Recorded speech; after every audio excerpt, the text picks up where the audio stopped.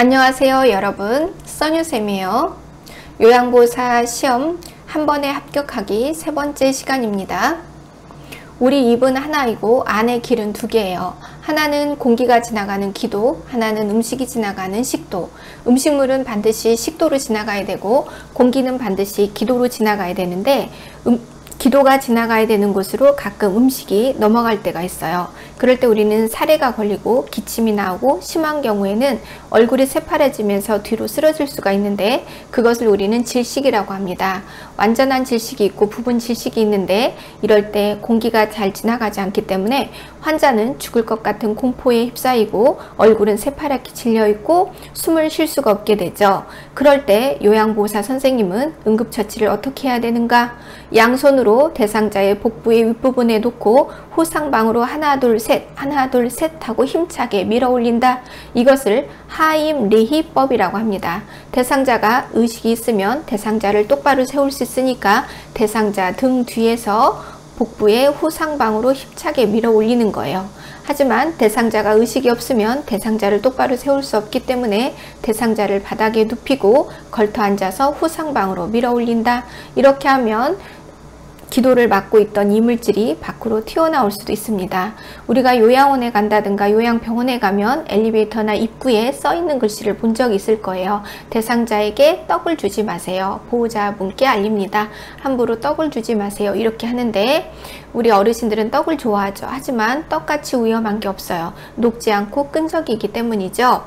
그리고 어르신들은 삼켜요. 잘 씹지 못하죠. 그래서 떡을 드리는 것은 매우 위험합니다. 결핵 감염자와 접촉했을 때 취해야 하는 조치로 옳은 것은 결핵은 법에서 정한 3군 감염병이에요. 옛날에는 전염병이라고 했죠. 지구상에 인간이 살기 시작하면서부터 함께 살기 시작한 균이 있는데 바로 그게 결핵이에요. 그래서 결핵균은 오랜 세월 지구와 함께 살기 시작한 균이에요. 그래서 매우 똑똑하죠. 다른 일반적인 세균하고 특히 다른 점은 일반적인 세균은 보호막이 별로 없어요. 보호막이 있는 세균들이 몇 가지 안 되는데 보호막이 있는 세균 중에 그 특별하고 똑똑한 균이 바로 결핵균입니다. 세균의 입장에서 봤을 때 이 보호막이 있다는 것은 매우 유리해요. 외부로부터 숙주로부터 영양분을 공급받지 못하더라도 2-3일간 생존할 자력적인 능력이 있고요. 그리고 자기 복제력이 대단히 훌륭합니다. 그리고 이 세균도 IQ가 있는데 결핵균은 오랜 세월을 살아남은 고대 세균이기 때문에 오랜 세월에 걸쳐서 인간이 만든 약물에 대해서 이겨내는 힘인 내성을 가진 균 중에 하나예요. 그래서 1차 치료 때 완벽하게 의사의 지시를 잘 따라서 끝까지 치료를 마치지 않으면 얼마든지 또 재발하고 또 재발하면서 인간이 쓰는 약에 대해서 이겨내는 힘을 자꾸 기르게 되죠. 그래서 결핵은 두 가지로 나눌 수가 있어요. 일반적인 결핵과 만성결핵. 만성결핵은 다제내성 결핵이라고 해요. 마늘 다자의 약제자. 많은 약에 대해서 내성, 이겨내는 힘을 가진 결핵이다. 그래서 만성결핵인데 이 결핵은 불행하게도 낫기가 어렵습니다. 이 결핵은 우리 몸에 비말 공기를 통해서 코와 입을 통해서 들어와요. 그리고 폐에 가서 한 점을 찍고 자리를 잡죠. 그리고 그 정체를 드러내기까지 2주에서 4주 정도 걸립니다. 내가 만약에 결핵에 걸린 환자를 돌보았거나 또는 의심되는 환자와 같이 있었다면 내 자신을 또 보호해야 되겠죠. 그래서 이제 정기검진을 받아봐야 돼요. 그러면 적어도 2주에서 4주 사이에 병원에서 엑스레이를 찍어보면 결핵을 발견할 수 있습니다. 그래서 결핵은 불치병이 아니에요. 의사의 지시를 잘 따르고 9개월 정도 약물 치료를 충실히 따르면 충분히 완치할 수 있는 치료 가능한 질병 중에 하나예요. 대신 결핵에 걸렸을 때는 고열량, 고칼로리가 필요하니까 고단백, 고비타민을 먹고 충분히 쉬면서 몸의 면역력을 키워주셔야 치료가 더 효과가 좋다는 뜻이지 꼭 결핵이 불치병이라는 뜻은 아닙니다. 대상자가 경련을 일으킬 때 대처하는 방법으로 옳은 것은 이 경련이라는 것은 뇌의 일시적인 졸도예요. 어떤 사람들은 이 일시적인 졸도를 주기를 가지고 하시는 분들이 있어요. 그런 분들을 우리는 간질이 걸렸다 라고 해요. 그래서 간질이란 뇌가 떠는 병이에요. 뇌가 어떤 주기를 가지고 떠는 거죠. 그러면 뇌가 떨 때 우리 몸에 정확한 명령을 내릴 수 없게 돼요. 그 떠는 시간은 길지 않습니다. 1분에서 2분 사이죠. 길어봤자 2분이에요. 2분 안에는 경련이 보통 멈추기 때문이에요. 그런데 특별한 경우에는 5분 이상 하는 경우도 있어요. 자, 그러면 이렇게 어떤 주기를 가지고 경련을 하는 간질을 우리는 뇌전증이라고 해요. 경련, 전증, 진전 이렇게 떤다는 말이죠. 자, 그러면 우리가 이렇게 뇌가 일시적으로 떨 때 명령을 내릴 수 없는 상태가 된다고 했죠. 그러면은 경련이 무서운 이유는 우리가 숨을 쉬게 하는 이렇게 숨을 쉬게 하는 호흡근이 경련을 하는 동안에 마비가 올 수가 있어요. 그래서 호흡마비로 죽을 수도 있거든요. 그렇기 때문에 혀가 말려서 기도를 막을 수도 있고, 이러한 여러 가지 상황을 대처하기 위해서 경련을 하는 환자를 발견했을 때는 경련을 멈추게 하려고 억지로 환자를 꽉 붙잡는다든가 하는 행동은 매우 위험합니다. 대신 기도 질식, 혀가 말려서 기도가 질식되는 걸 예방하기 위해서 얼굴과 몸을 옆으로 돌려주도록 한다. 그리고 이제 거품이 나와요. 그리고 이제 위에 있는 위 내용물이 쏟아져 나오기도 하거든요. 그럴 때 입안에 있는 내용물을 이렇게 걷어내 주셔야 되는 거예요. 왜냐하면 그 분비물이 다시 기도로 들어가서 기도 질식을 일으켜서 사사로운 단순히 1분, 2분이면 끝날 경련으로 인해서 목숨을 앗아가는 일을 방지하기 위해서 입안의 분비물을 빠져나올 수 있는 고개를 옆으로 돌려주고, 그리고 다칠 만한 물건은 치워주고, 그리고 분비물이 나온다면 분비물을 바로바로 제거해 주도록 한다. 이런 것이 이제 응급처치 방법이 되겠습니다. 예전에는 이제 우리가 어렸을 때 교실에서 이제 수업을 받다 보면은 갑자기 이게 딱 쓰러지는 그 친구들이 있었어요. 이제 쉽게 말하면 누가 봐도 쉽게 뻑 쓰러지는 거, 이런 발작을 대발작이라고 해요. 그리고 이제 소발작이 있는데, 소발작은 대화하다가 갑자기 멈추거나 가방을 들고 가다가 가방을 떨어뜨린지 모르고 쭉 가는 거, 운전하고 가면서 신호가 바뀌었는지도 모르고 쭉 가는 거, 이런 것들을 소발작이라고 하거든요. 그런데 요즘에는 이 간질약이 너무 잘 나와 있어요. 뇌전증 약이. 그래서 약물을 잘 복용하면 내가 간질인지 상대가 모를 정도로 요즘엔 치료 효과가 좋습니다. 그리고 이제 정확히 말하면 간질이라는 것은 이 비정상적인 뇌파를 내보내는 거예요. 뇌세포에서. 우리는 다 뇌파가 있어요. 우리 정상적인 뇌파보다 비정상적인 뇌파를 내보내는 주기가 잦을수록 간질이 잦아지게 되는 거예요. 경련이. 그랬을 때 이제 이 간질 환자에게 가장 힘든 계절이 여름이에요. 그리고 매우 피곤하고, 몸이 피곤하고 스트레스를 많이 받고, 또 여자들은 생리 중일 때, 그리고 출산 중일 때 경련을 심하게 할 수가 있어요. 그렇지만 간질도 불치병이 아닙니다. 요즘에는 비정상적인 그 뇌파를 내보내는 그 뇌세포 부분을 수술로 해서 좀 손을 보고요. 그 다음에 이제 항간질약을 계속 먹게 돼요. 그러면 누구나 쉽게 눈치챌 수 있는 대발작은 거의 하지 않고 일상생활을 잘 할 수 있습니다.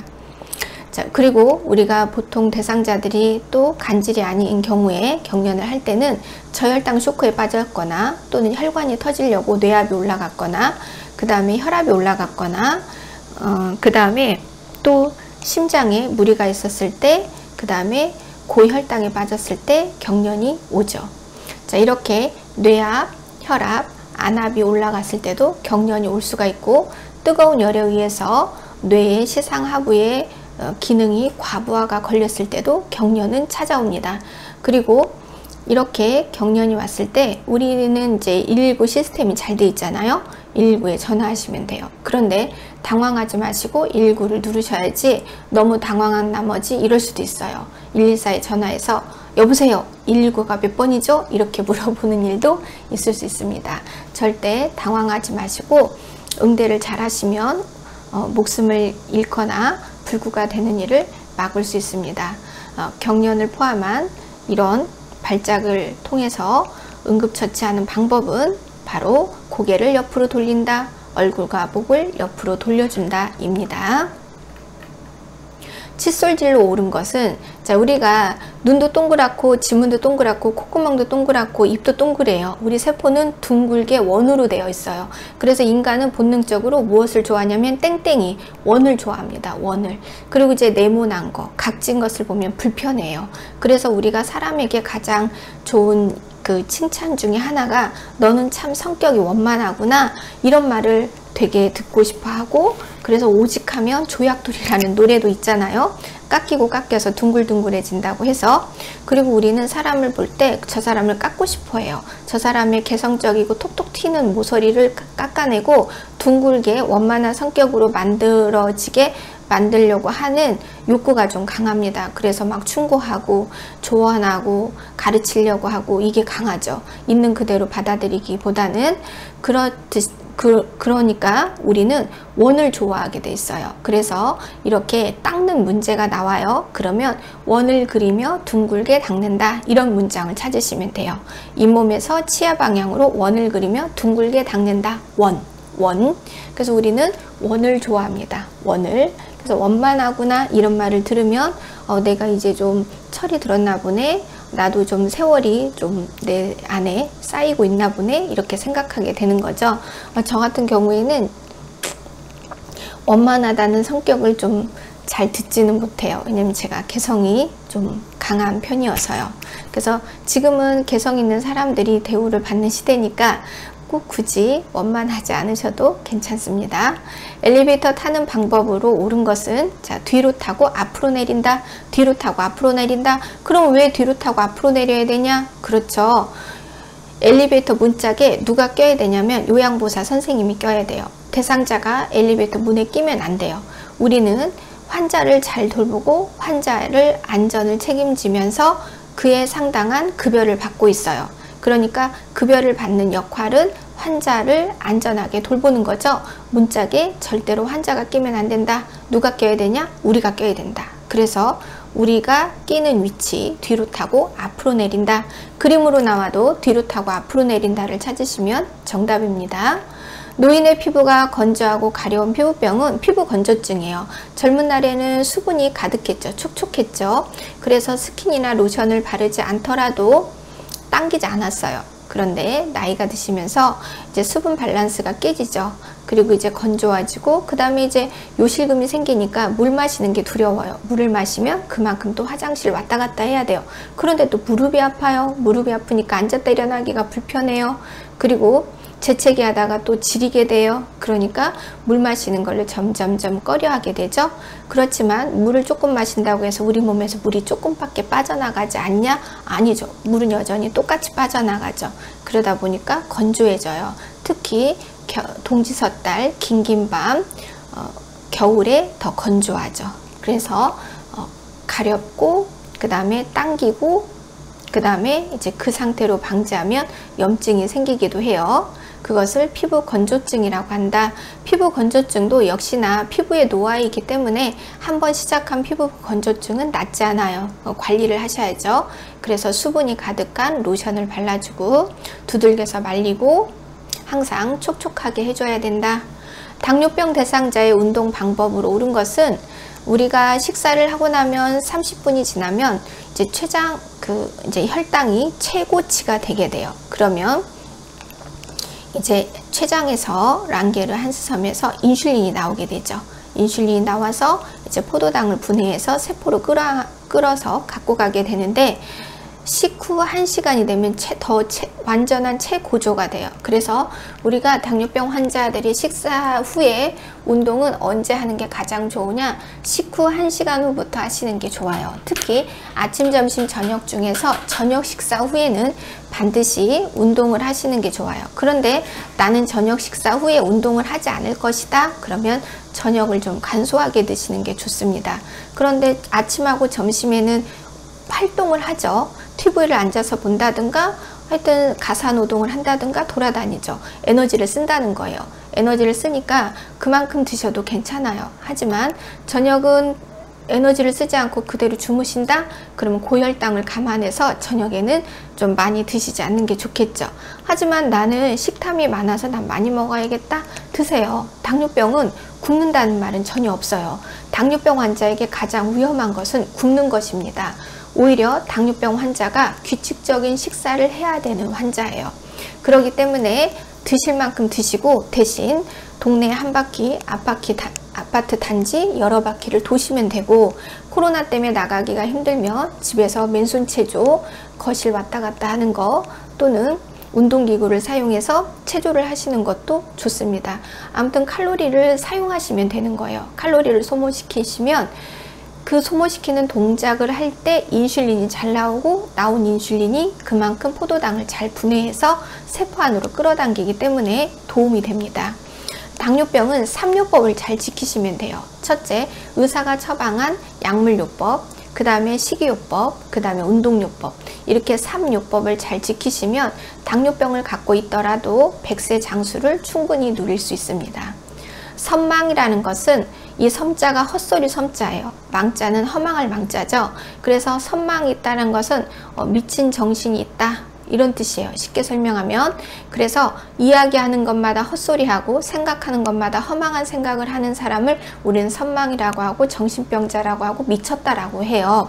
자, 이렇게 정신이 오락가락한 생각을 하고 이런 말을 하시는 분들, 선망이 있을 때 어떻게 하는 게 좋으냐? 이분들은 일단 환시환청이 있고 진압력 장애가 있어요.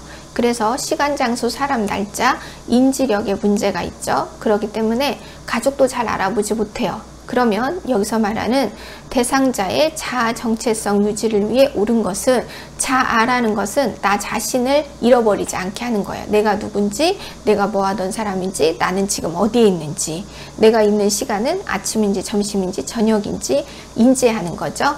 그래서 가족 구성원이 자주 방문한다, 또는 인지를 심어주는 대화를 나누도록 한다. 이런 것들이 정답이에요. 그래서 가족 구성원이 와서 딸이다, 딸이 엄마에게 이야기를 하는 거죠. 나는 딸이고 당신은 내 엄마고 지금은 아침이고, 이런 대화를 자주 나눔으로 인해서 진압력을 심어주는 거예요. 진압력을 심어주는 행동을 하는 것이 정답입니다.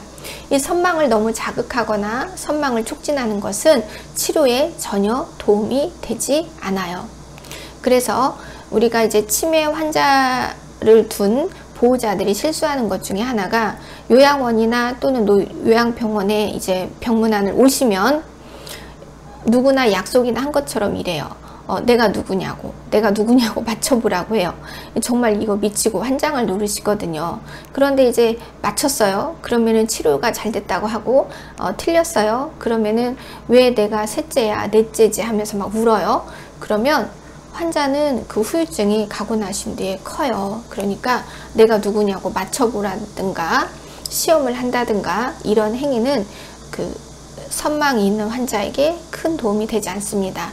예를 들면 이런 식의 대화는 도움이 되죠. 개똥이님, 아침 8시에요. 아침 드시죠. 개똥이님, 막내 따님이 찾아오셨어요.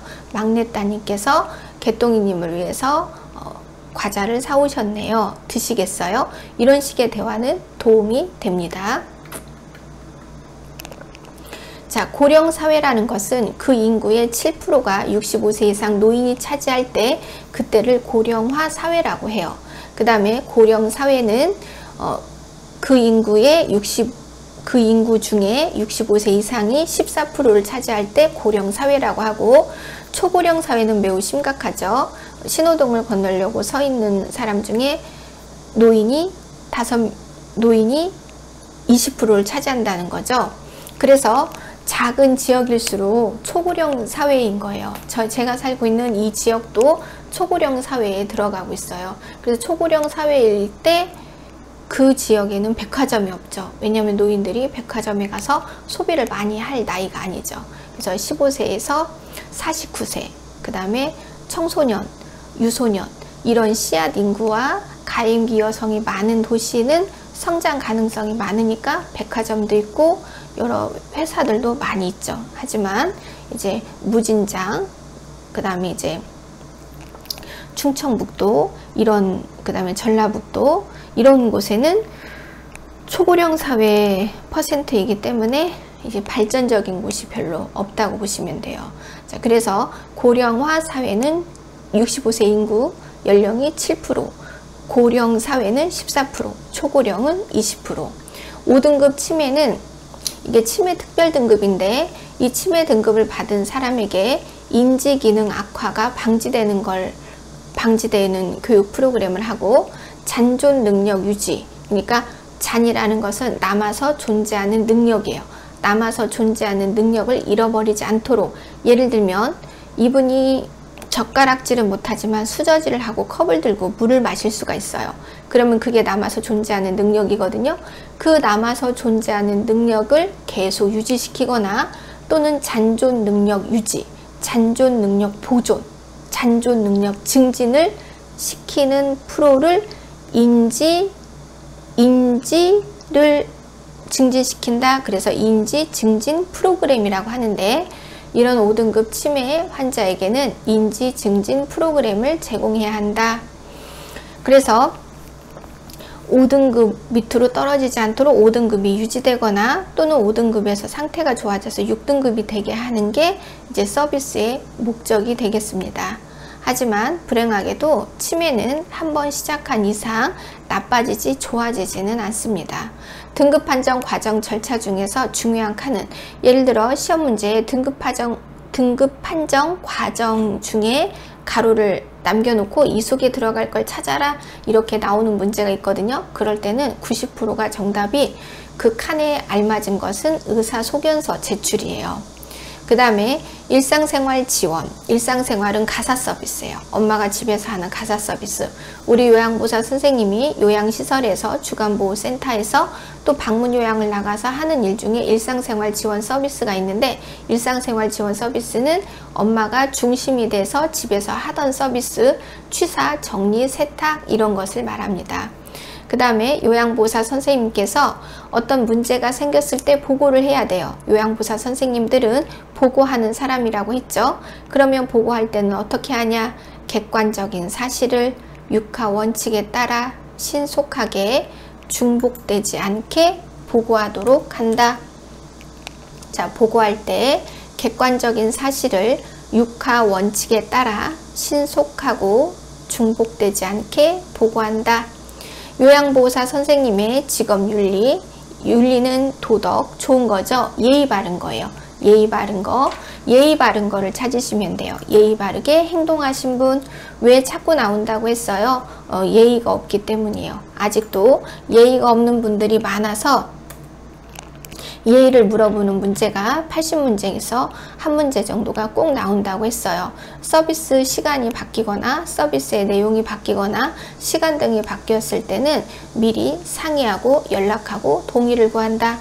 자, 요양보호사 선생님은 문제가 생겼을 때 문제를 보고하는 사람이고, 설명하고 동의를 구하고 보고하는 자이다. 우리 요양보호사 선생님은 설명하고 보고하고 동의를 구하는 자이다. 자, 제가 서비스는 본인 부담금이 15%고 그 다음에 시설 서비스는 20%죠. 그런데 이 돈을 왜 내야 되는지 잘 모르는 분들이 많이 있어요. 보호자분들 중에. 그리고 우리가 국가로부터 이런 서비스를 받은 게 얼마 안 되죠. 초기에는 매우 심했어요. 왜냐하면 왜 돈을 내야 되는지를 누가 잘 알려주지 않았기 때문이죠. 그래서 깎아달라는 말을 할 때 어떤 요양보호사 선생님이 잘했냐 이런 식의 문제가 나옵니다. 왜냐하면 아직도 깎아주는 사람들이 있기 때문이죠. 그래서 경감을 요구할 때 이것을 법적인 절차를 잘 설명하고 깎아주면 안 된다고 잘 설명한 요양보호사를 찾으시면 됩니다. 그리고 내가 설명이 부족하고 설명할 자신이 없다 그럴 때는 보고한다 해요. 나의 상사인 시설장이나 센터장에게 보고한다. 자, 학대 중에서 유기가 있어요. 유기는 갖다 버리는 거예요. 그런데 어느 경우에도 유기에 들어가냐면 시설에다가 모셔다 놓고 1년이 넘도록 찾아오지 않는다. 이런 것도 그 유기예요. 그런데 그나마 시설에다 모셔다 놓고 찾아오지 않는 것이 그나마 다행이죠. 알도 살도 못하는 생뚱맞은 데다가 모셔다 놓고 찾아오지 오지도 않고 거기서 돌아가시게 방치하는 분들도 상당히 많습니다. 그래서 유기는 갖다 버리는 것, 신체적 학대는 때리는 것, 그 다음에 경제적 학대는 기초노령연금을 착취하거나 영세민 돈을 빼돌리거나, 그 다음에 이제 정신병원 같은 데다 감금하고 재산을 가져간다든가, 이런 것들이 또 경제적 학대에 들어가요. 자, 그래서 시설 유기는 노인시설에 모셔다 놓고 1년이 넘도록 아무도 보호자가 찾아오지 않는 것, 이것도 갖다 버린 유기죄에 들어갑니다. 그런데 이런 것도 유기가 될 수가 있어요. 보호자들이 본인 부담금을 내지 않는 거야. 시설장 입장에서 너무 힘들죠. 시설 운영해야 되는데, 그래서 이제 노인을 내보냈어. 이런 것도 유기에 들어가요. 이건 좀 불합리하다고 할 수 있는데 사실 이것도 유기에 들어간다. 시설에서 가족과 연락을 하지 못하게 하는 것은 무엇을 침해한 거냐? 그렇죠. 통신의 자유와 권리를 침해한 것이다. 시설에서 가족과 연락을 하지 못하게 노인에게 그런 학대를 하는 거예요. 그걸 뭐라고 하냐? 통신의 자유와 권리를 침해하는 것이다. 그 다음에 할머니, 할아버지 대상자가 아픈데도 자녀가 병원에 데려가지 않는 것, 그것을 뭐라고 하냐? 이 방임은 뭐냐면 냅두는 거예요. 냅두는 거. 안경이 깨졌는데도 안경을 맞춰주지 않고, 틀니가 맞지 않는데도 치과에 모시고 가지 않고, 아픈데도 병원에 모시고 가지 않고, 그 다음에 겨울인데도 겨울옷을 사주지 않고, 신발이 없는데도 신발을 사주지 않고, 이런 것들을 뭐라고 한다? 방임이라고 한다. 냅둔다. 이것을 방임이라고 해요. 방임. 감염 예방을 위해서 가장 좋은 행위는 손을 자주 씻는 거예요. 손을. 지금 이 코로나 때문에 마스크를 쓰세요. 손을 씻으세요. 거리를 두세요. 정말 2년 동안 지긋지긋하게 듣고 있죠. 자, 지금은 마스크지만 이건 순전히 제 생각입니다. 차후에는 방독면을 쓰고 다닐지도 몰라요. 자, 그래서 손을 자주 씻는 것은 감염 예방의 가장 기본이고, 어떻게 씻느냐? 흐르는 물에 40초 이상 씻도록 한다. 앞전에는 30초 이상이었어요. 그런데 이제는 40초 이상을 씻으라고 문구가 바뀌었죠.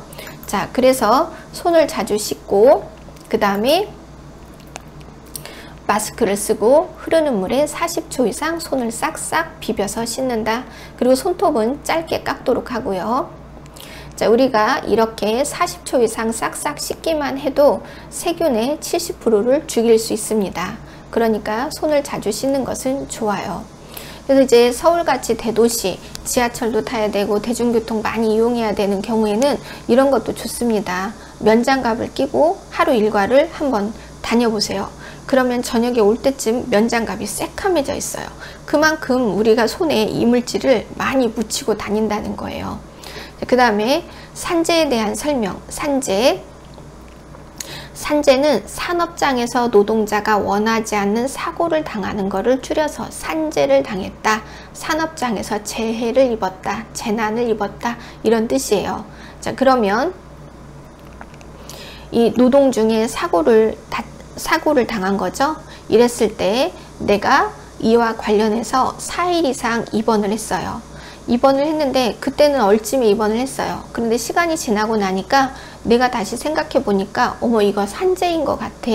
그러면 사고가 나서 입원한 그 시점부터 3년 안에 내가 그와 관련된 서류를 갖추어서 근로복지공단에 서류를 제출하시는 거예요.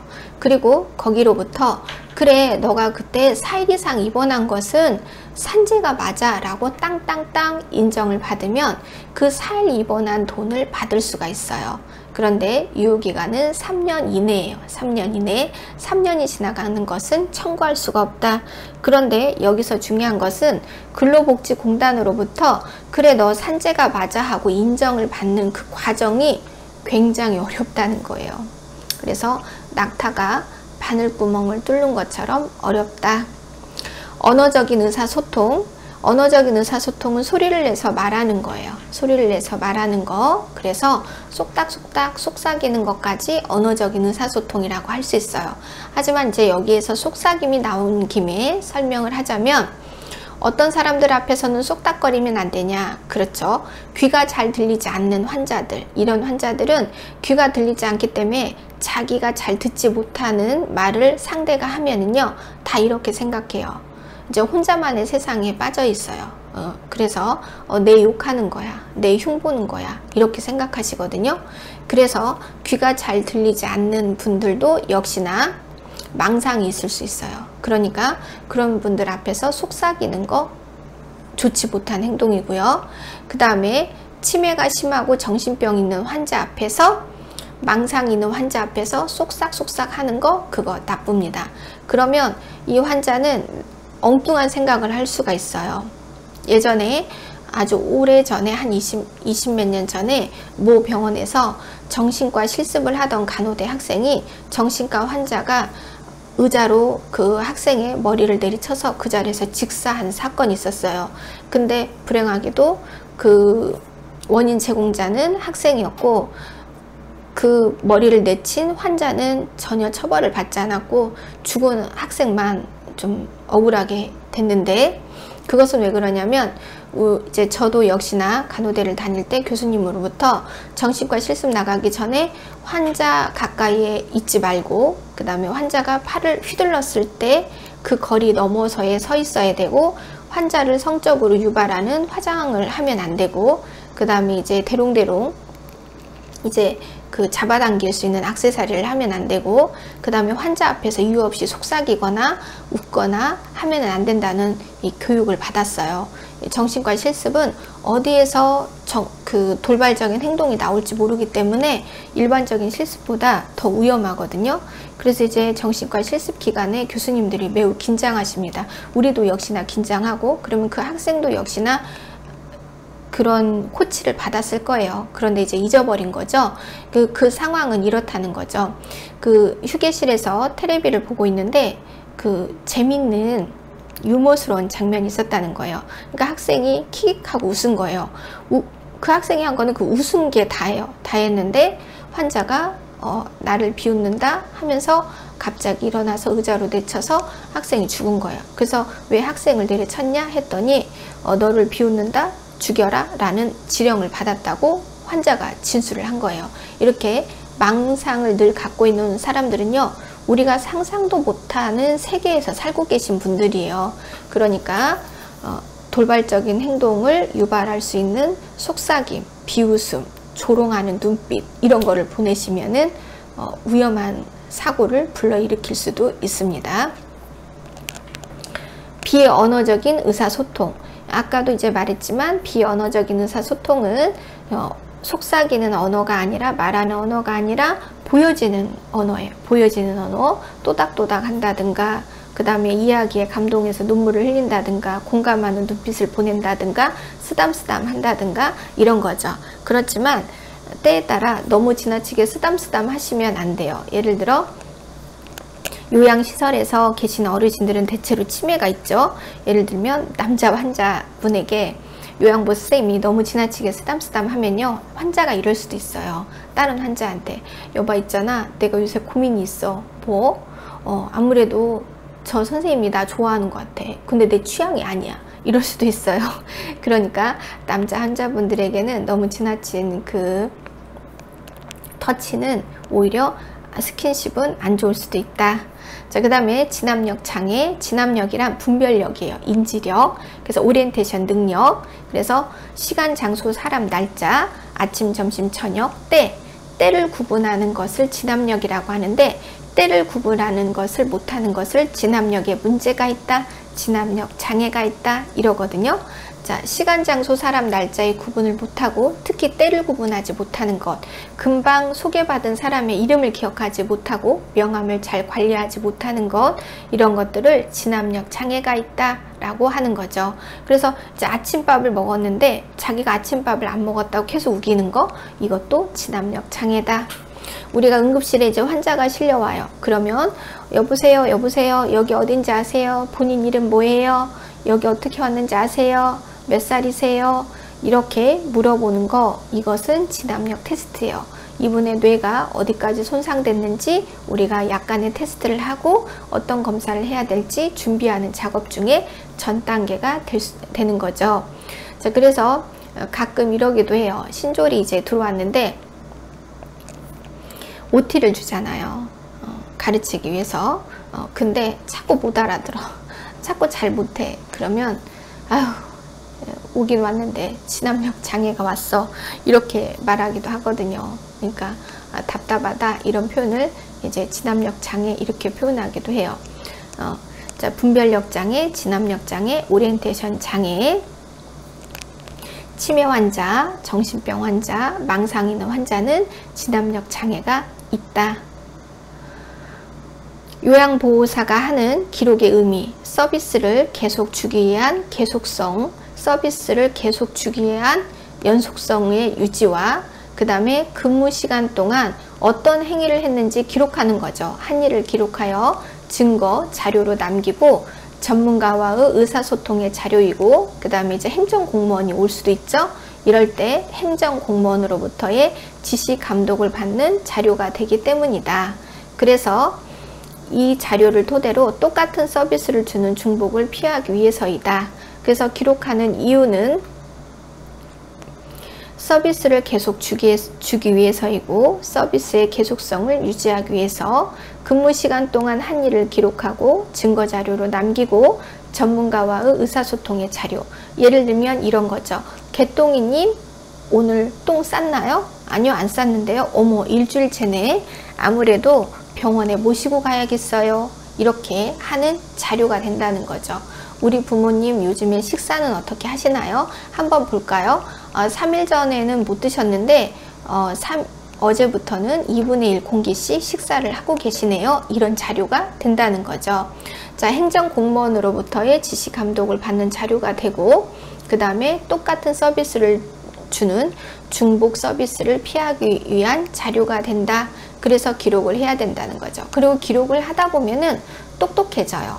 그래서 여러분께서 이제 개인간병 프리랜서가 되시더라도 기록을 하셔야 돼요. 기록을 하시면은 당뇨 환자는 이렇게 돌보고 왼쪽 편마비 환자는 이렇게 돌보고 오른쪽 편마비 환자는 이렇게 돌봤다라는 기록을 환자별로 남기시는 거예요. 남겨서 집에 차곡차곡 두었다가 몇 달 후에 다시 내가 우측 편마비 환자를 돌보게 된다면 예전에 우측 편마비 환자를 어떻게 돌봤지 하는 그 기록을 찾아서 꺼내서 보시는 거예요. 그러면 도움이 되죠. 그래서 우리가 학교를 다닐 때 어렸을 때 선생님이 일기를 쓰라고 했어요. 지금 돌이켜보면 그런 뜻이었는데 일기 쓰는 게 제일 싫었죠. 저도 역시나 정말 싫었어요. 자, 그래서 일기를 쓰다 보면 나의 장점과 단점, 실수를 알게 되죠. 그러면은 그 다음날 그와 같은 행동을 하지 않는 데 도움이 되기 때문에 일기를 쓰라고 했던 거예요. 그래서 뭐 위인들은 일기를 썼다 이러면서, 그래서 가장 유명한 일기는 뭐예요? 안내일기, 그 다음에 이제 김구 선생님의 백범 일기 이런 것들이죠. 그래서 이제 우리 요양보호사 선생님들도 이제 직업전선에 들어오시면 기록이라는 일지를 쓰게 됩니다. 근데 요즘에는 수기로 쓰지 않아요. 이렇게 타이핑을 하죠. 워드로. 그래서 워드 자격증을 따지 못하신다면 적어도 자판을 두들길 줄은 아셔야 돼요. 근데 요즘에는 터치패드도 많으니까 얼마든지 연세가 드신 분들도 하실 수 있죠. 자, 인간이 죽음을 받아들이는 단계는 5단계가 있어요. 큐블러-로스의 죽음을 받아들이는 단계. 이 큐블러-로스가 생각을 했어요. 이 우리 사람이 어떠한 정신적인 과정을 겪으면서 죽음을 받아들이는가 굉장히 궁금해서 이제 연구를 했어요. 우리나라는 이 죽음에 대해서 연구한 학문이 없어요. 불행하게도. 그래서 이제 큐블러-로스의 이 죽음을 받아들이는 5단계를 생명학을 공부하는 그 시험에는 꼭 나옵니다. 그래서 개똥이님 위암 말기예요. 그러면 개똥이가 감사합니다 이래요? 아니죠. 부정합니다. 부정한다. 아니야. 난 믿을 수 없어. 그 차트가 바뀌었나 봐요. 그 내일은 만나보세요. 동명이인인가 봐요. 이렇게 1단계는 부정이다. 그 다음에 2단계. 이제 아니에요. 개똥이님 맞으세요. 그러면은 이제 2단계 분노하죠. 그래서 그럴 리가. 왜 하필이면 나야. 내가 지금까지 11조도 따박따박 내고 이 세상에서 착한 일은 다 하고 나처럼 착하게 산 사람 있으면 나와보라 그래. 이러면서 막 화를 내죠. 그리고 시골 의사. 네가 알긴 뭘 알아. 그래서 이제 짐 싸가지고 큰 병원에 가죠. 큰 병원에 갔는데 시골 의사가 한 말하고 똑같은 말을 하는 거예요. 2달밖에 남지 않았습니다. 이런 말을 이제 들으면 왜 하필이면 나야 하고 화를 내는 분노를 한다. 분노를 해요. 특히 이제 의료진에게 분노를 많이 하죠. 그 다음에 이제 3단계, 이제 분노의 단계가 끝나고 나면 아무리 검사를 하고 이 병원 저 병원을 바꿔서 다니더라도 결과가 바뀌지 않는 거예요. 검사 결과가. 그러면 타협을 하게 돼요. 그래서 이제 예전에 어렸을 때 종교를 갖지 않았어요. 종교 무신론이었어요. 그런데 이제 이분이 막 성경책을 읽고 막 불교책을 읽고 막 기도를 하고 연부를 하고 막 이러는 거예요. 그러면서 내가 어렸을 때 무엇을 잘못했고 그래서 그 벌을 받는갑다, 용서해 주세요, 뭐 이런 식으로 타협을 하는 거예요. 그래서 막 100일 기도에 참석하고 새벽 기도에 가고 일어나서 기도하고 어디 지리산 밑에 가서 굿하고 이런 것도 전부 다 타협이다. 그리고 이제 무엇을 먹으면 병이 낫는다. 그래갖고 막 구렁이도 삶아 먹고 이런 게 전부 다 어떤 행동 중에 하나냐? 타협 중에 하나예요. 그 다음에 우리 군대 간 아들이 돌아올 때까지만 살게 해주세요. 시집간 딸이 좀 있으면 아기를 낳을 건데 그 아기를 낳는 것을 볼 수 있게 해주세요. 이러면서 만만 하고 이제 타협을 하는 거, 그것은 3단계. 이런 것도 타협에 들어가요. 예를 들면 만약에 나를 낫게 해준다면 내 남은 인생은 평생 나와 같이 아픈 사람들을 위해서 살게요. 이것도 역시나 타협이다. 그래서 이 타협하는 기간에 에너지를 엄청나게 씁니다. 돈도 쓰고 에너지도 쓰고 다 해요. 그러다가 이제 닥터가 와서 얘기하죠. 수술도 하고 항암도 하고 방사선도 하고 할 수 있는 거 다 했는데 도저히 이제 간과 임파선까지 퍼진 것을 우리가 잡을 수가 없어요. 이제는 준비를 하셔야겠어요. 이렇게 말하면 4단계가 찾아와요. 환자는 몹시 우울해하고 운다. 그리고 이제 말이 없어지죠. 그리고 이제 면회 오는 것도 이제 싫어하게 돼요. 왜 면회 오는 거를 싫어하냐 이렇게 물어보면은 이렇게 대답을 하신대요. 면회를 왜 오죠? 저도 이제 저희 시어머니도 췌장암으로 돌아가셨고 저 역시도 이제 암 치료를 벗어난 지 얼마 안 돼요. 자, 그러면 그리고 이제 제가 예전에 많은 환자들을 봤죠. 주변에서도 보고. 자, 그러면 이분들은 왜 면회를 오죠?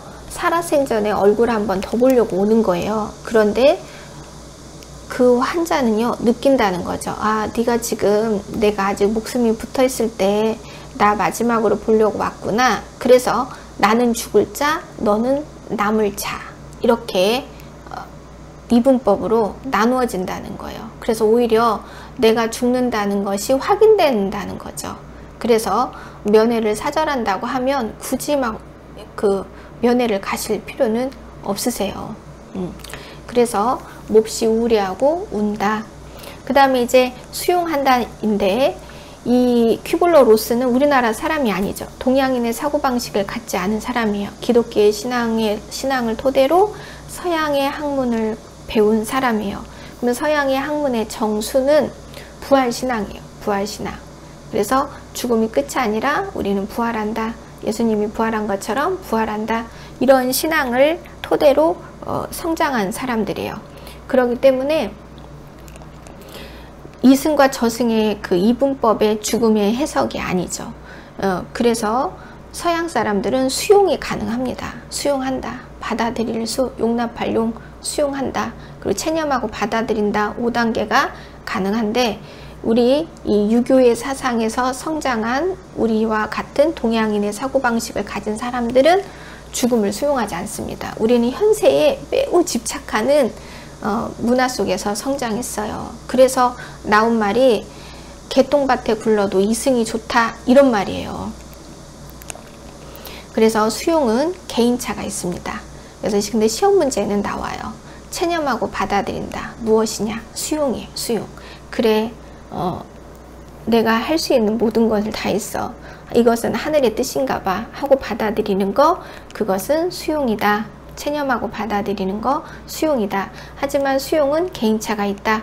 목사님이라고 해서 죽음을 수용하냐? 그렇지 않아요. 스님이라고 해서 수용하냐? 그렇지 않아요. 신부님이라고 해서, 수녀님이라고 해서, 정녀님이라고 해서, 특별한 수도자라고 해서 죽음을 받아들이냐? 그렇진 않아요. 우리는 육체와 정신과 영으로 된 삼위일체예요. 어떤 사람들은 육체에 관심이 많고, 어떤 사람들은 정신에 관심이 많고, 어떤 사람들은 영적인 부분에 관심이 많아요. 하지만 우리는 육체라는 껍질을 벗어던진 초월자는 아니죠.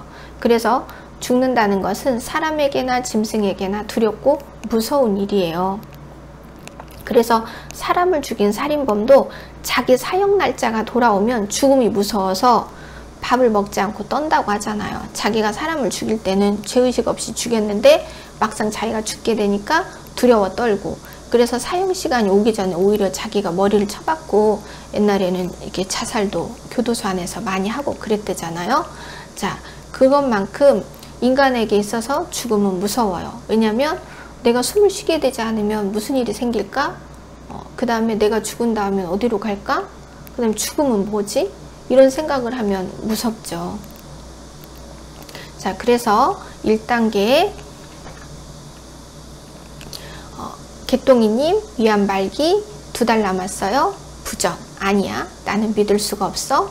그 다음 2단계 왜 하필이면 나야? 3단계 타협한다. 뭐뭐만 4단계 우울해하고 운다. 5단계 수용하고 체념하고 받아들인다. 자, 시력이 나쁜 환자와 이야기할 때, 자, 시력이 안 좋으면 나머지 감각에 집중해요. 우리는 눈으로 보이는 시력, 듣는 청각, 그 다음에 촉각, 미각, 냄새를 맡는 후각, 5가지 감각이 있어요. 그런데 이 감각은 어렸을 때 감각이 뛰어납니다. 왜냐하면 이성의 용량이 작기 때문이에요. 3살이 넘어가서 뇌의 용량이 커져가지고 5살 정도가 되면 뇌의 용량이 이제 어느 정도 상당히 커지게 되거든요. 그 전까지 우리는 사물을 무엇으로 이해하느냐? 감각으로 이해해요. 그래서 엄마의 냄새와 엄마의 엄마의 촉각으로, 엄마가 주는 촉각과 엄마의 냄새로 인해서 엄마를 기억하거든요. 그런데 이제 3살이 넘어가면서부터는 엄마를 내 입으로 표현할 수 있게 되는 거죠. 내 머리로 생각해서 엄마와 아빠와 가족 구성원을 설명할 수 있게 돼요. 자, 그 전까지는 감각에 의존해요. 자, 그런데 우리는 어떤 한 감각이 손상이 되면 나머지 감각에 집중합니다. 예를 들면 귀가 들리지 않으면 눈에 집중해요. 눈이 잘 보이지 않으면 귀에 집중해요. 이렇게. 그래서 눈이 잘 보이지 않는 환자와 이야기할 때는 눈이 보이지 않으니까 이 환자는 어디에 집중하느냐? 듣는 청각, 청각에 집중해요. 그래서 요양보사 선생님이 먼저 말씀을 하셔야 돼요. 안녕하세요. 저는 이선유입니다. 내일부터 서비스를 나올 이선유 요양보사입니다. 라고 먼저 인사를 해야 돼요. 자, 그래서 귀가 들리지 않는 사람들은 눈에 집중하고, 눈이 보이지 않는 사람들은 귀에 집중한다. 자, 그러면 귀가 나쁜 환자, 귀가 잘 들리지 않는 환자는, 그렇죠, 눈에 집중한다. 눈에. 그래서 정면에서 이야기하고 내 입술을 볼 수 있도록 입술 모양을 또박또박 해서 이야기하도록 한다. 그럼 입술 모양을 읽으면은 말을 알아들을 수 있거든요. 자, 그래서 어렸을 때는 감각으로 사물을 인지하고, 어른이 될수록 감각은 다운돼요. 이성의 용량이 커지면서. 그런데 5대양 6대주를 다스리고 번성하고 육성하면서 살고 있는 동물은 바로 사람이죠. 사람인데 가장 뇌의 용량이 커요. 뇌의 용량이 커서 머리가 가장 무겁죠. 그래서 우리가 자살하려고 뛰어내리면 예쁘게 뛰어내리더라도 머리 쪽이 아래로 가게 해서 떨어질 수밖에 없는 상황이 되거든요. 자, 그래서 이제 어른이 되면 감각은 감소하고 이성이 이성으로 모든 것을 판단하기 때문에 동물과 같은 육감적인 감각은 감소하게 되는 거예요. 그래서 개똥이가 산에 갔어요. 그런데 갑자기 짐승들이 막 뛰어와요. 그 산에 있는 짐승들이. 그럼 우리 개똥이 어떻게 해야 되죠? 그렇죠. 그 산에서 빨리 벗어나야 돼요. 좀 있으면 화산이 터지고 지진이 생길 거니까. 그 다음에 우리 개똥이가 이제 부산 해운대에 놀러 갔어요. 그런데 막 바다에 있는 생명체들이 다 그냥 오징어고 막 물고기들이 막 육지를 향해서 달려오고 있어. 그럼 우리 개똥이 빨리 그 바닷가에서 벗어나야 돼요. 왜냐하면 좀 있으면 쓰나미가 밀려올 거니까. 그러니까 하느님 눈에는 하찮은 것이 없는 거예요. 다 소중해. 그러니까 인간은 이성의 용량이 큰 뇌를 줬죠.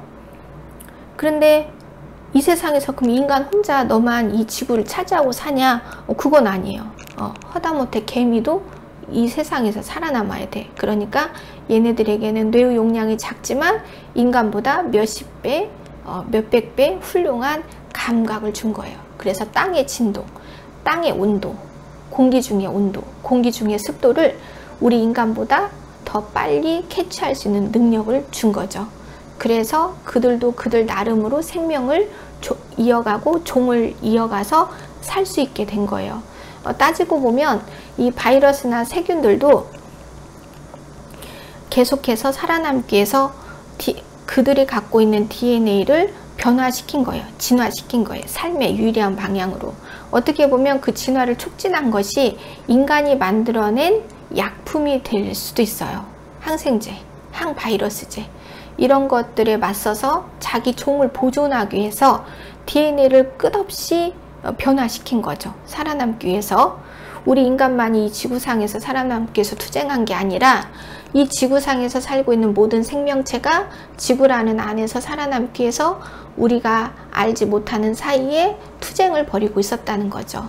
그래서 이제 하찮은 동물 몸속에서 빠져나와서 5대양 6대주를 마음대로 휘젓고 다니는 인간의 몸에서 살기로 결정을 한 거죠. 모여봐. 우리도 이제 여기서 살아남아야지. 어떻게 인간만이 얘네들이 우리를 다 다스리고 살게 냅두니 우리도 좀 살게 머리를 맞대봐. 이래서 쳐다본 거예요. 숙주를 누구로 정할 건지. 가만히 쳐다보니까 비행기 타고 배 타고 기차 타고 5대양 6대주를 마음대로 휘젓고 남극에서 북극까지 아프리카까지 휘젓고 다니는 존재가 있네? 그래, 쟤네 몸속에 들어가자. 그러면서 이제 국제결혼을 통해서 보지도 듣지도 못했던 세대들이 막 태어난 거예요.